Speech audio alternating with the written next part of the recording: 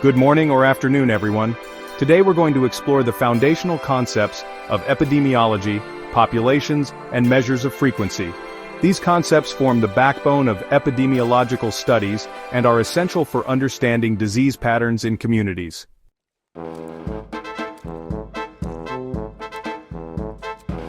Let's begin with the definition of epidemiology.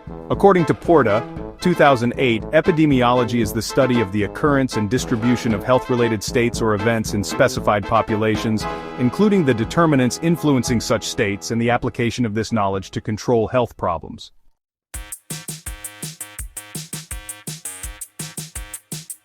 Breaking this down, we study how diseases occur and are distributed. We focus on specific defined populations. We investigate factors that influence disease development.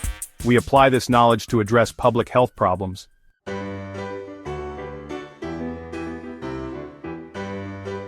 A population in epidemiology refers to a group of people who share a common characteristic. This could be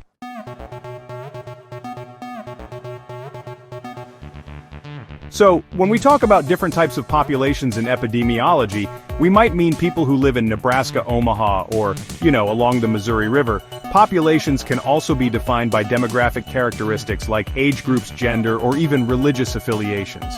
Sometimes it's about specific exposures, for example, folks living within 1 mile of a nuclear power plant. And then there are populations defined by life events, individuals who have undergone a particular medical procedure, given birth, or say, just entered college.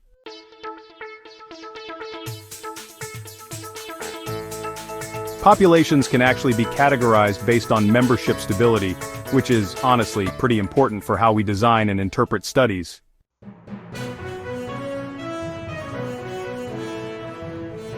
Fixed or closed populations are those where membership is permanent. So, individuals are followed from the beginning to the end of observation. For example, people present at Hiroshima when the atomic bomb was dropped, or passengers on a specific airplane flight. These populations are, ideal for certain epidemiological studies because everyone can be accounted for throughout the study period.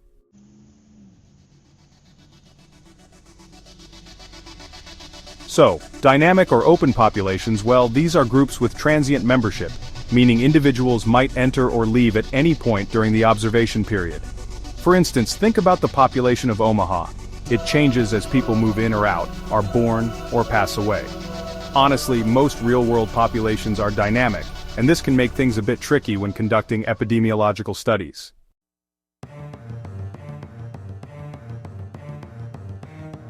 When we're studying a specific disease, it's important to identify the population at risk.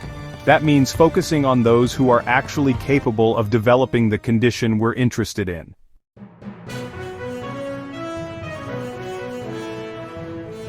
For example, let's say we're looking at cervical carcinoma. We might start with the initial population, which would be, all people. But then, we refine it to all women, since men simply can't develop cervical cancer. And to get even more precise, we further refine the group to women aged 25 to 69 years, since that's the age group most at risk.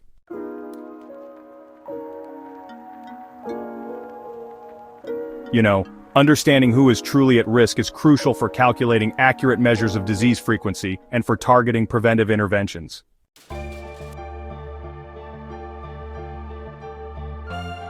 So, before we measure disease frequency, we must clearly define what constitutes disease or absence of health in our study.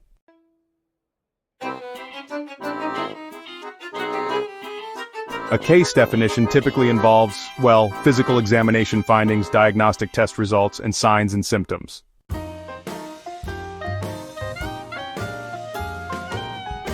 So, those individuals who meet the case definition are what we call cases, and, they actually represent our numerator when we're calculating disease frequency.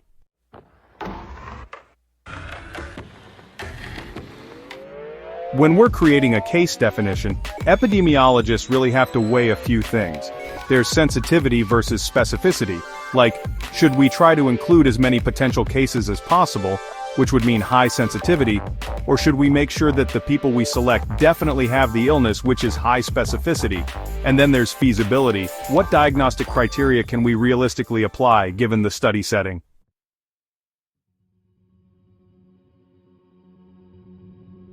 Different case definitions for the same disease can, honestly, lead to vastly different estimates of disease frequency. For instance, the example with rheumatoid arthritis showed diagnoses using New York criteria compared to ARA criteria, and the ARA criteria ended up identifying way more cases, especially among females.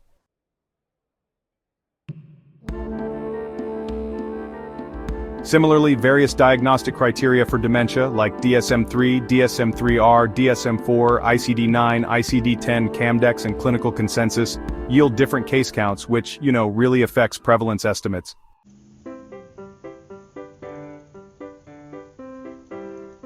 Now that we understand populations and disease definitions, let's explore how we measure disease frequency in populations.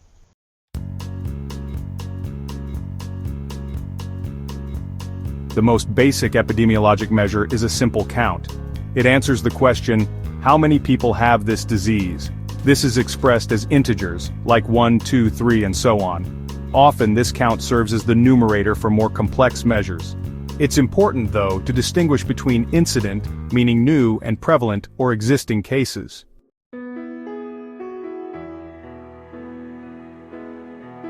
So while counts provide basic information, they do have some limitations.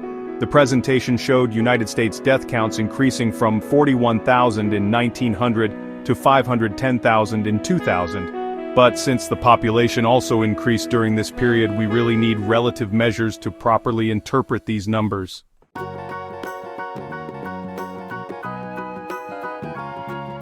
To create meaningful comparisons across different populations or time periods, epidemiologists, use three types of measures.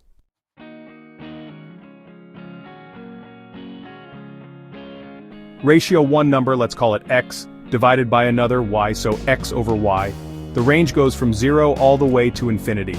The numerator and denominator might be related, or they could be totally independent. For example, the ratio of females to males attending a clinic would be the number of females divided by the number of males.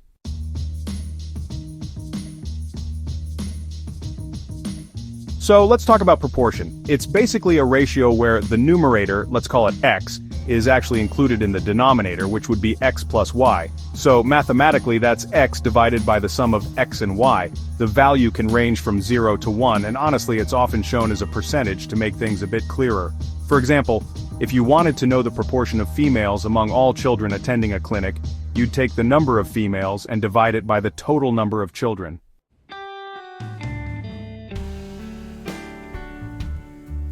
Now moving on to rate.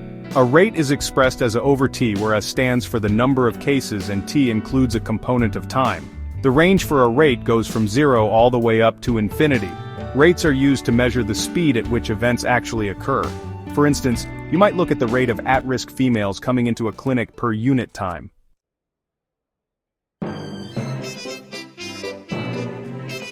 Alright, so let's define prevalence proportion. This is the proportion of existing disease in a population at a given time. The formula is pretty straightforward. P equals A divided by N, which is also written as A over the sum of A and B.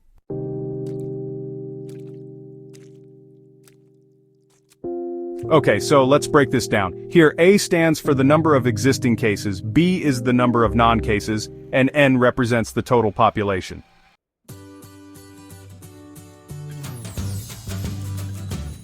There are a few key points to remember about prevalence. It's often just called prevalence, even though, technically, it's not a rate. It gives us a snapshot of the disease burden at a specific point in time. And, it's actually dimensionless, with values ranging from 0 to 1, though it's often shown as a percentage.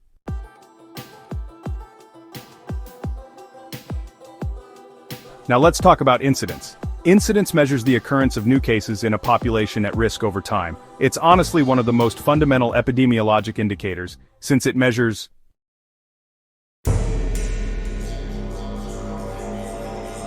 So, let's talk about the force of morbidity, which is usually expressed as a rate, and there's also the conversion of health status, which can be measured as a proportion or a rate.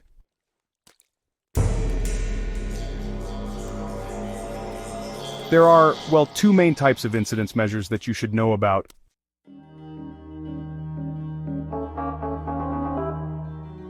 Definition: this is the probability or risk of developing disease during a specified period of observation. And just so you know, some synonyms for this are incidence, cumulative incidence, and risk.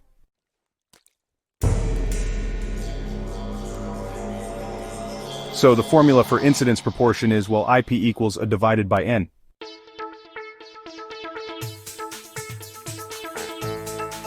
Here, A represents the number of new onset cases, or events, and N is the population at risk at the beginning of observation.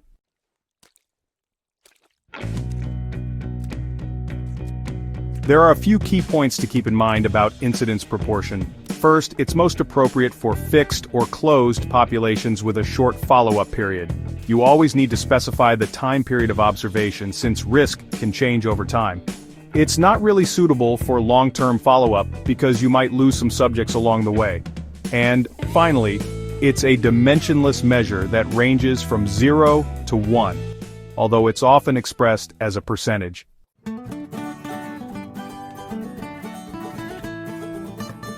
Okay, so let's look at an example. Imagine we're following 2,000 newborns for 1 year to measure how many of them develop respiratory infections.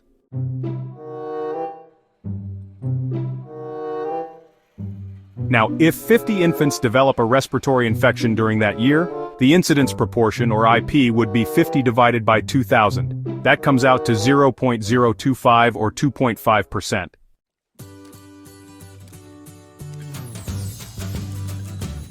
So what does that number actually mean? Well, the risk of developing a respiratory infection in the first year of life is about 2.5%. In other words, about 25 out of every 1,000 infants in this population, or 1 in 40, will develop an infection.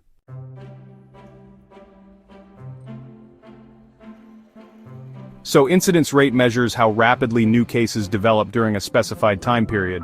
Sometimes you might hear it called incidence, incidence density, or just rate.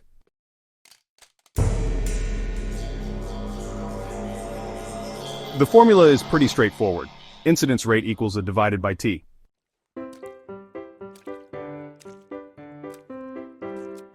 Here, A stands for the number of new onset cases, while T represents the person time at risk during the study period.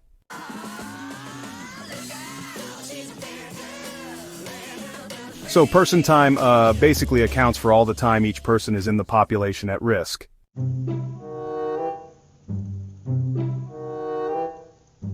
The sum of all individual person times is, the total person time at risk. For example, if you have 100 persons followed for 10 years, that gives you 1,000 person years.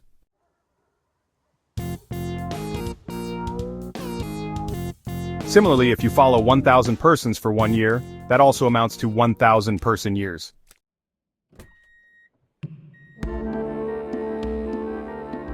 Okay, so here are some key points about incidence rate. It's especially appropriate when the length of follow-up differs within your population. You actually don't need complete follow-up for everyone, since incidence rate can handle losses along the way. The risk period can vary among subjects, which is pretty useful, and just so you know, it's expressed as cases per person time.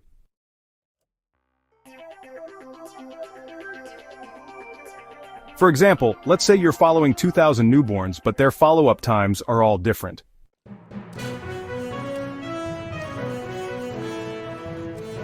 Out of those newborns, 50 infants develop a respiratory infection.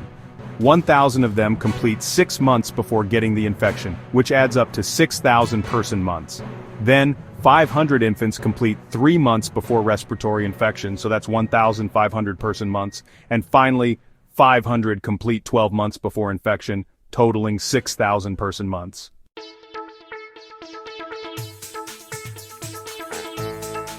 So the total comes out to 13,500 person months, or if you prefer, 1,125 person years.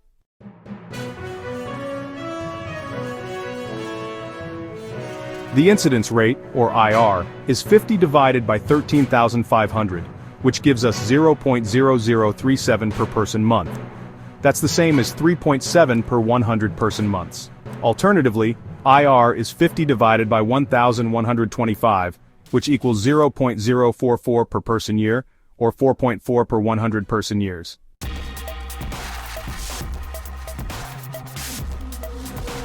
And here's an important note. Unlike incidence proportion, incidence rate isn't a probability, so it can actually exceed 1.0 when we express it per unit time.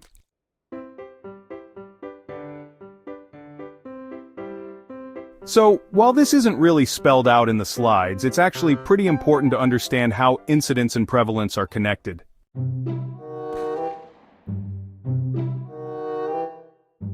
Prevalence is influenced by both the number of new cases, which is incidence, and the duration of the disease. Basically, prevalence is approximately equal to incidence multiplied by the average duration of the disease.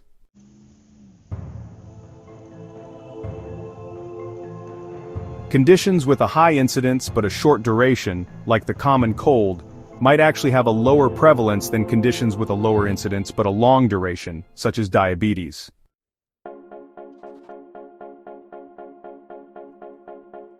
So, these measures of frequency are, really crucial for a few key reasons. They help with disease surveillance, which means monitoring trends in disease occurrence. They're also used for identifying high-risk populations, so we can target interventions where they're needed most. Another big thing is resource allocation. Basically planning healthcare services efficiently. These measures also let us evaluate interventions by measuring the impact of public health programs, and finally they're fundamental in research for generating and testing hypotheses about disease causation.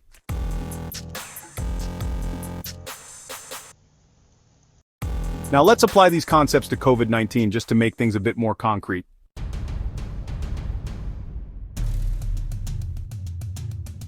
Alright, so here's how it breaks down. First we have count.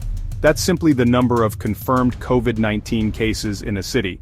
Next is proportion, which is the percentage of COVID-19 tests that are positive. Then there's prevalence, which tells us the proportion of the population currently infected with COVID-19.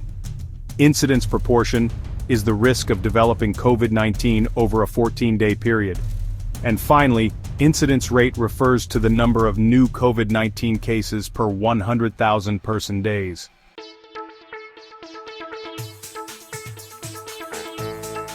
So, understanding populations and measures of frequency is really fundamental to epidemiological research and public health practice.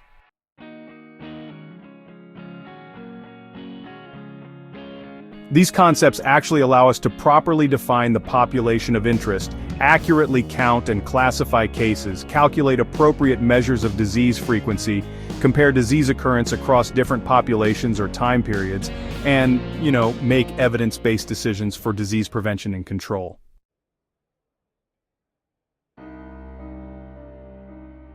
As we move forward in our epidemiology studies, these concepts will, without a doubt, serve as the foundation for more complex analyses, including measures of association and impact.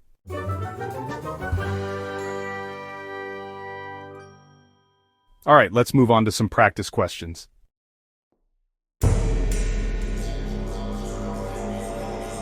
So here's the first question. Define the population at risk for prostate cancer.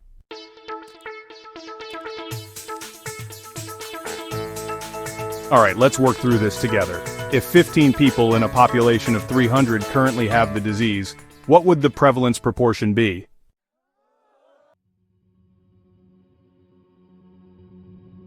Now let's consider this scenario. If 20 new cases of a disease develop in a cohort of 500 people over 2 years, what is the incidence proportion?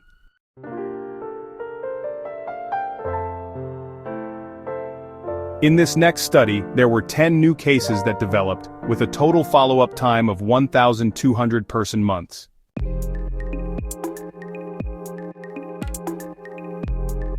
So, when would you actually use incidence rate instead of